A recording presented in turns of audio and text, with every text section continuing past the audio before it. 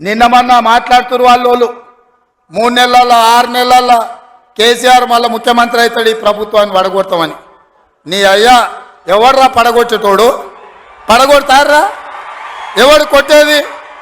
నేను అడుగుతున్నా, వేలాది మంది మా యువకులు ఇక్కడ ఉన్నారు, మీరందరూ చూసుకుంటా ఊరుకుంటారా? పడగొడితే ఊర్లలోకి రానిస్తారా?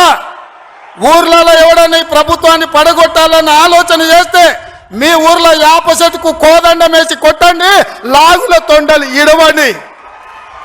ఇది ప్రజలు ఎన్నుకున్న ప్రభుత్వం, ప్రజలు ఆశీర్వదించిన ప్రభుత్వం, ప్రజల కోసం పనిచేస్తున్న ప్రభుత్వం. ఇది ప్రజా ప్రభుత్వం. ఆడ అనుకుంటుండు 1,00,000 కోట్లు పెట్టి కట్టిన కాళేశ్వరం కూలినట్టు ఈ ప్రభుత్వం కూలుతుందని. నీ అయ్యా నువ్వు దోపిడీకి పాల్పడ్డావు కాబట్టి ఆ కాళేశ్వరం గాలి వస్తే కొట్టుకుపోయింది.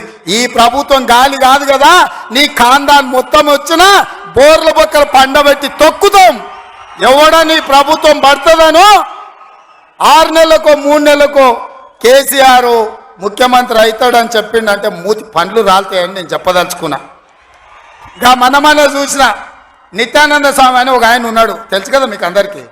ఆయన ఇక్కడక్కడైతే లాభం లేదని పోయి ఎన్నో దీవి కొనుక్కొని దానికి రాజు అని ప్రకటించుకున్నాడు.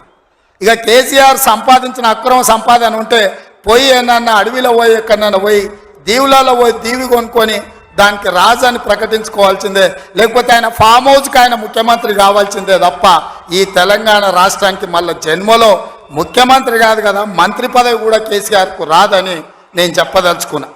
నువ్వు చేసిన పాపాలకు నువ్వు పాపాల భైరవుడివి. ఈ నిరుద్యోగ యువకులను, ఉద్యమకారులను, అమరవీరుల కుటుంబాలను, రైతులను, దళితులను, గిరిజనులను, మైనారిటీలను, మహిళలను నిలువు దోపిడీ చేసి నిలువున ముంచిన నువ్వు, నీకు సిగ్గన్న ఉందా మళ్ళీ పదవి కావాలని అడగడానికి? నీకు కొంచెమైనా రోషం ఉన్నదా అని నేను అడుగుతున్నా.